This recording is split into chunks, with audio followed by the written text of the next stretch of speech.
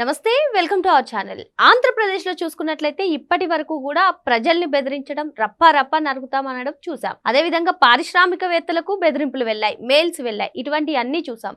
ఇప్పుడు ఒక ఎమ్మెల్యేకి బెదిరింపులు వెళ్ళడాన్ని, సెల్ఫీ వీడియో రిలీజ్ చేయడాన్ని ఎలా చూడాలి? ఇంతకీ ఎవరా ఎమ్మెల్యే, అసలు దేని గురించి ఈ బెదిరింపు సెల్ఫీ వీడియో రిలీజ్ చేశారు? ఇటువంటి అంశాలన్నీ కూడా చర్చించడానికి మనతో పాటుగా ఉన్నారు సీనియర్ జర్నలిస్ట్ డివి శ్రీనివాస్ గారు. నమస్తే సార్. నమస్తే.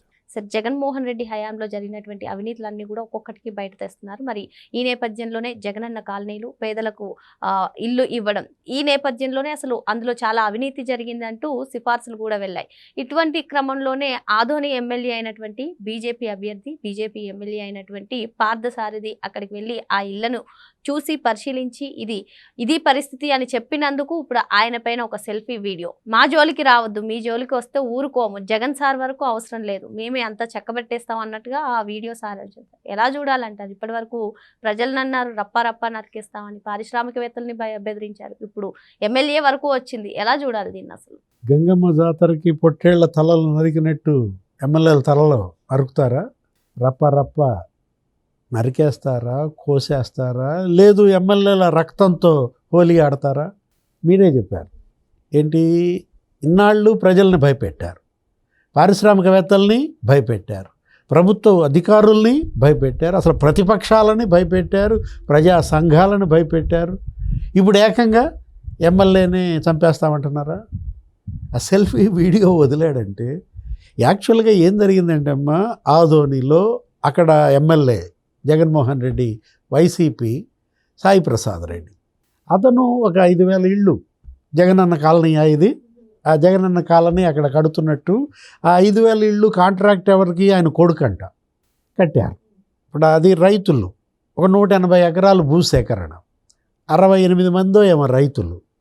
ఏం జరిగింది, ఆ రైతులకేమో ఒక 7-8 కోట్లు ఇచ్చారంట, ప్రభుత్వం దగ్గరేమో ఒక 25 కోట్లు క్యాష్ చేసుకున్నారు.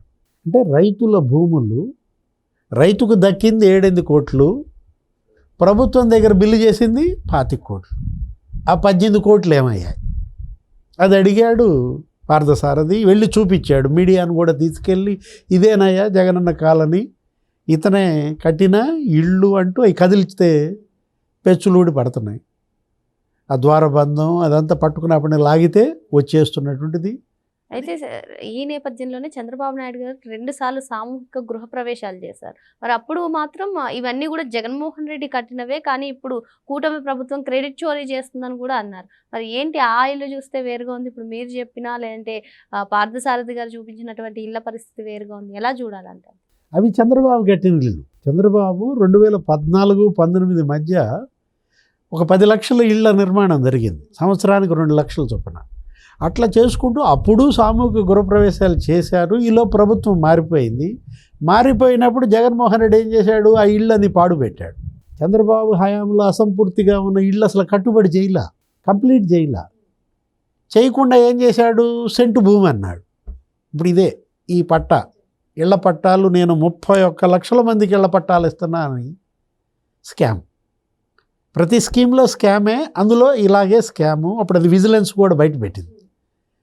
విజిలెన్స్ ఏం చేసింది, అసలు మామూలుగా ఒక నెల్లూరు జిల్లాలోనే 365 మంది అధికారులపైన చర్యలు తీసుకోమని.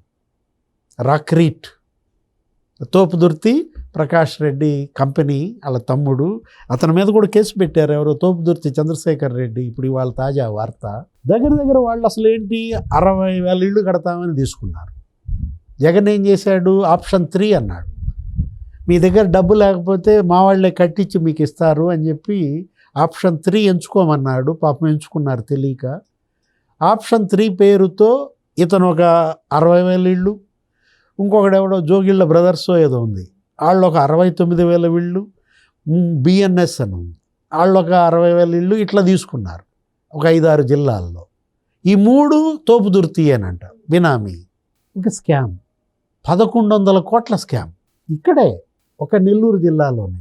కాకపోతే విజిలెన్స్ ఏమని చెప్పింది, మరీ ఇంత మొత్తం స్కామ్ చెబితే జనం భయపడతారనుకుందో ఏమో, రాష్ట్ర వ్యాప్తంగా దాని ఏదో కుదించినట్టుంది. 1,200 కోట్ల స్కామ్ అనో ఏదో తేల్చింది.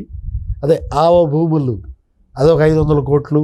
రాజమహేంద్రవరం యూనిట్గానే మరి అక్కడ జరిగింది. 600 కోట్ల ఏమో స్కామ్ అది. ఉమ్మడి గుంటూరు జిల్లాలో 150 కోట్లు, ప్రకాశం జిల్లాలో 100 కోట్లు అట్లా ఏదో ఇచ్చుకుంటూ వచ్చారు.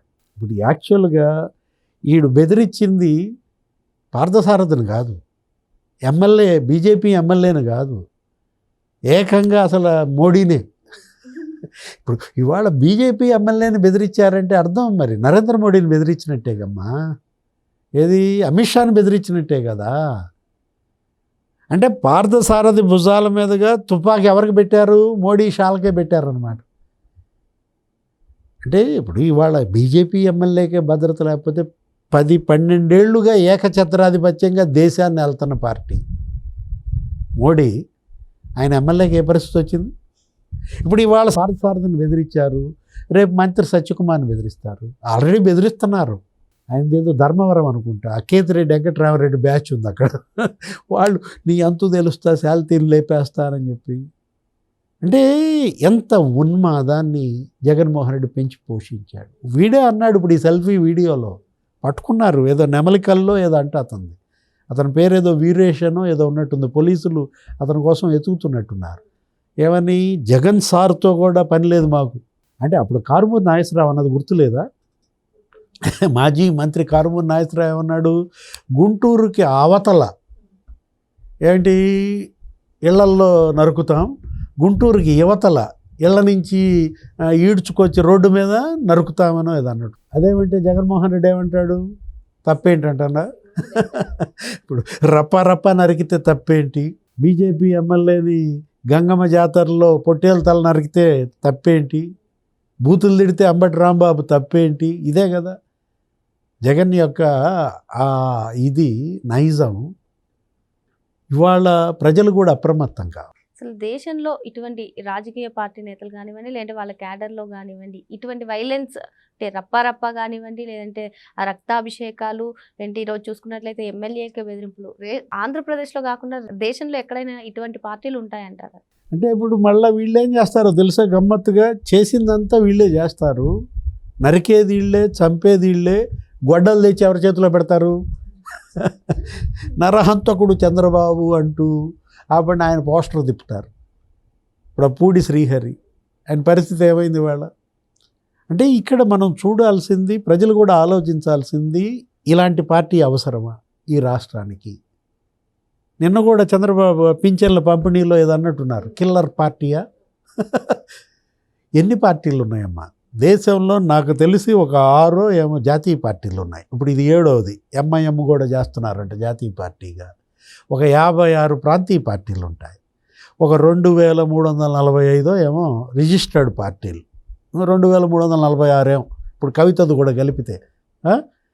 ఏ పార్టీ అయినా కిల్లర్ పార్టీ అనే పేరు తెచ్చుకుందా?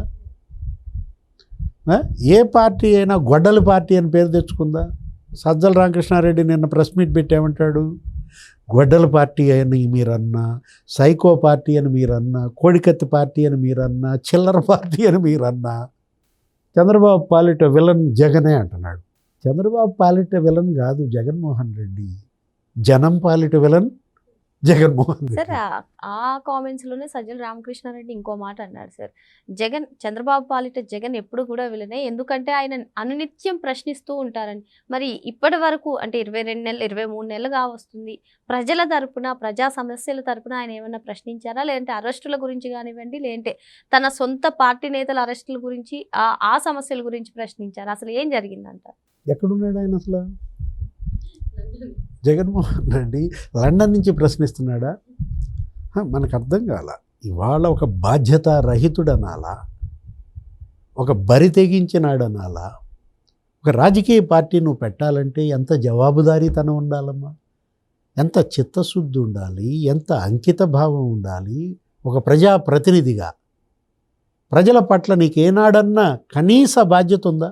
పులివెందుల శాసనసభ్యుడిగా అరే పులివెందుల వాయిస్ అసెంబ్లీలో వినిపించాలా? అవసరం లేదా? అందుకు కాదు మొన్న డిపాజిట్లు పోయింది, ఎంపీటీసీయా జడ్పీటీసీలు ఒంటిమిట్టాను పులివెందుల. అంటే జగన్మోహన్ రెడ్డి ఇవాళ ప్రశ్నిస్తున్నాడు. అబ్బో అసలు చంద్రబాబు పాలిట విలన అంటే అసెంబ్లీకి వెళ్ళి ప్రశ్నించు, ఎవరు పాలిట ఎవరు విలనో తేలుద్ది. అదేమంటే అసలు మేమేం భయపడతలేదంటారు. భయం లేకపోతే అసెంబ్లీకి వెళ్ళొచ్చు కదా. ఎందుకు అసెంబ్లీకి వెళ్ళటం లేదు జగన్మోహన్ రెడ్డి చెప్పు. అసెంబ్లీకి 10 మంది ఎమ్మెల్యేలను కూడా తీసుకెళ్ళటం లేదు ఎందుకని? భయంతో కాదు. అంటే ఎక్కడ వాళ్ళు 164 మంది నన్ను కొడతారో, అసెంబ్లీలో కొట్టిన కేసు కాదు, లేనిపోయింది ఇదే కదా నీ భయము. అంటే నువ్వు ఆ రోజు ఏ విధంగా చేశావు, చంద్రబాబును ఉద్దేశించి నీ వాళ్ళందరినీ ఉసిగొల్పి అనేక దుర్భాషలు ఆడిచ్చి లోకేష్ని శాసన మండలిలో నువ్వేం చేయించావు, అవన్నీ రేపు నాకు జరుగుతాయన్న భయంతోనే కదా. అంటే ఒక పక్క ఏమో భయపడుతున్నారు, మళ్ళీ మాకు భయం లేదంటారు. అంబటి రాంబాబు కూడా నా కుక్క కూడా భయపడదు అంటాడు. ఆ మాటలోనే నీ భయం కనపడుతుంది కదా. నువ్వే భయపడతా నా కుక్క కూడా భయపడదంటే, తోటలో 2 కుక్కలు భయపడవన్న మాటలోనే రాంబాబు భయం. వీళ్ళల్లో ఇవాళ నిలువెత్తు ఇవాళ ఏంటి పిరికితనం కనపడతారు. ఒక కోవాడిస్ పార్టీగా పిరికితనం కాకపోతే ఎవరన్నా సెల్ఫీ వీడియో వదులుతారా? నరుకుతాం చంపుతాం అని. అసలు వాడేవాడో ఒక అధికార ప్రతినిధి అంట, మొన్న ఏదో మీటింగ్లో మాట్లాడతా కులం చూడడం మతం చూడడం. రేపొద్దున మేము అధికారంలోకి వస్తే కులం చూడడం మతం చూడడం నరకటమే పని ఏదో అంటున్నారు. అంటే మీ చేత నరికించుకోవడానికి జనం సిద్ధంగా ఉన్నారా? మరో అంశంతో మళ్ళీ కలుద్దాం. Thank you sir.